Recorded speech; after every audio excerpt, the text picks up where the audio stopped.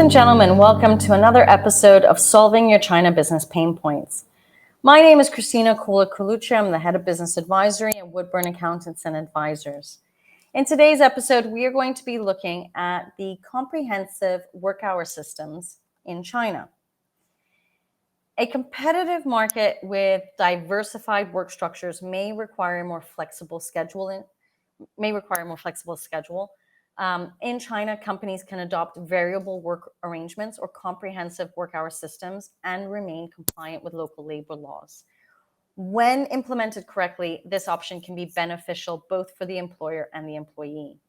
In China, there are 3 work hour systems: the standard work hour system, the comprehensive work hour system, and the flexible non-fixed work hour system.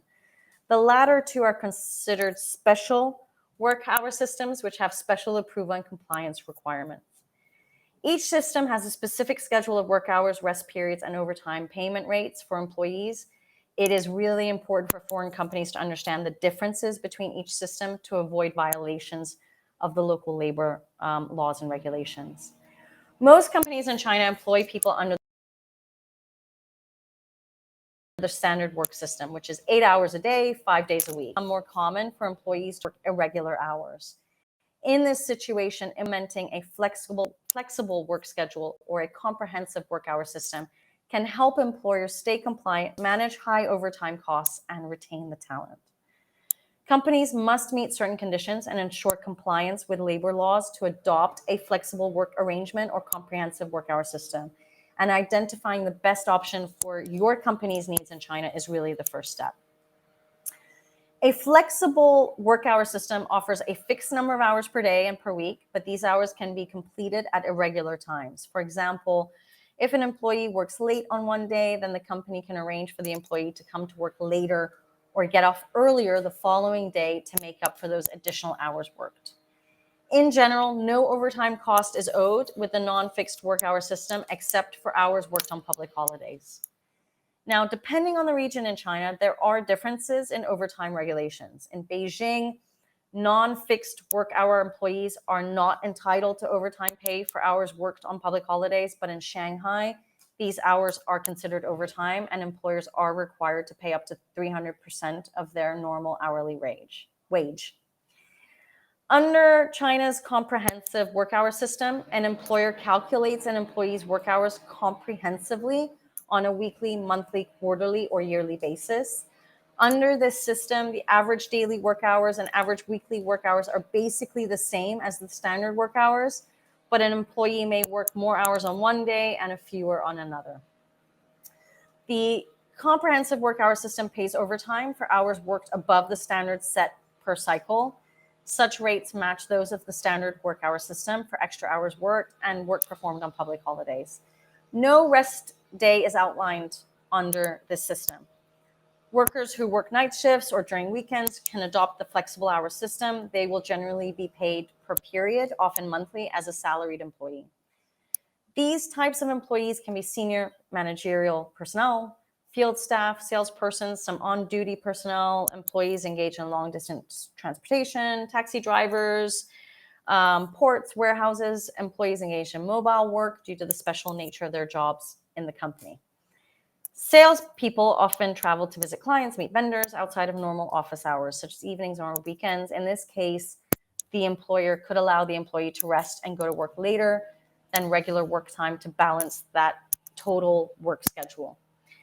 The comprehensive work hour system can be adopted for employees required for continuous operations due to the special nature of their jobs. It also includes seasonal workers and those subject to natural constraints, such as those that are working in the production sector, tourism sector, etc.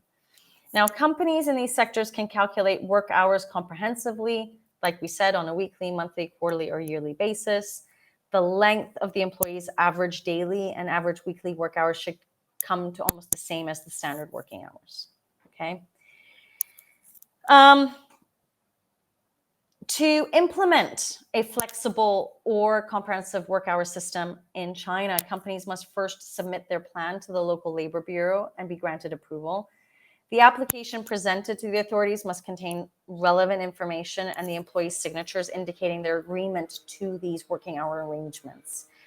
The validity period for a flexible or comprehensive work hour system is 1 calendar year, January to December, after which the employer must reapply for approval 1 month prior to the expiration date.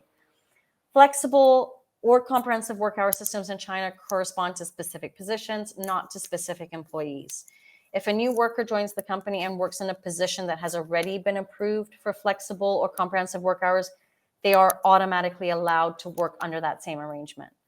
Now, if an employee joins the company in a new position that has not yet been approved for flexible or comprehensive work hours, the employer must wait until the next calendar year to apply for approval. So keep this in mind when you're doing retention plans, recruitment plans, and then how those working arrangements fit those roles. In this case, it may be better for the employer and the employee to negotiate specific salary overtime pay arrangements internally. Now, the employer can add the new position to the list of positions in the next round of applications for flexible or comprehensive work hours without actually hiring somebody yet. Flexible work hour arrangements do not necessarily specify exact work hours, and it is the responsibility of employers to ensure that employees have adequate rest and holiday time. This could be centralized work and rest, staggered leave, time off in lieu, or other arrangements. And under the comprehensive work hour system, employers must pay overtime if employees work beyond the established hours. Additionally, employees must be compensated for working on public holidays, but are generally not entitled to overtime pay for hours worked on public holidays. Now, this can sound quite complicated. What I want people to get away from this is that there are 3 working hour systems. If you have the standard one, the flexible one, and the comprehensive work hour system, I want people to understand that they have to do applications. They have to understand the bureaucracy that is around this. Obviously, if you're a very small company, 2, 3 people, you can get away with not doing this and you can just ask for a flexible system.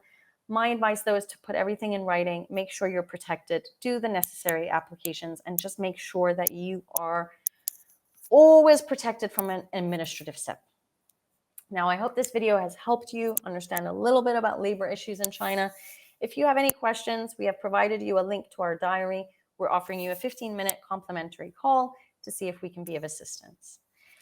On our website, woodburnglobal.com, you will find a full listing of our services, plus additional free resources in the form of short updated articles, ebooks,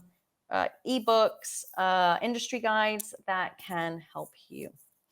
Last but not least, our mission here is to help foreign business professionals succeed in the Chinese market. If you are running into any China business pain points, don't hesitate to reach out, but also like today's episode, share it with others. We want to help as many people as possible. Have a great day. Take care and goodbye.